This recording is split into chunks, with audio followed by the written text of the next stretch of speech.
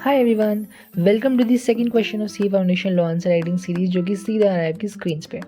So the question says कि A B C तीन बंदे हैं जो कि जॉइंटली प्रॉमिस करते हैं कि वो डी को 6,000 रुपये देंगे मिलके।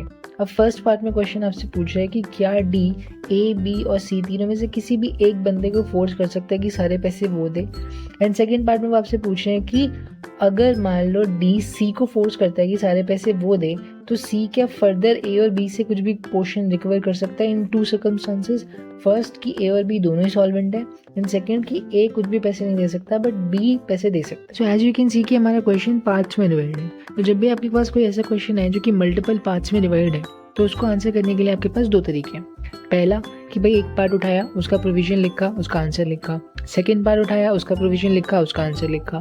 या फिर दूसरा तरीका है कि सारे पार्ट्स के प्रोविजंस आप एक साथ लिख दो अलग अलग पैराग्राफ्स में एंड देन लास्ट में सारे पार्ट्स के आंसर आप एक साथ लिख दो ए बी सी या 1 2 3 करके। So now let's come on to the answer जो कि आपकी स्क्रीन पे आ रहा है। सबसे पहले आपको प्रोविजन लिखना है एंड प्रोविजन लिखते वक्त you have to make sure कि आप क्वेश्चन स्पेसिफिक प्रोविजन लिख रहे हो, कुछ भी फालतू का इधर उधर का ज्ञान लिख के नहीं आ रहे हो, ठीक है।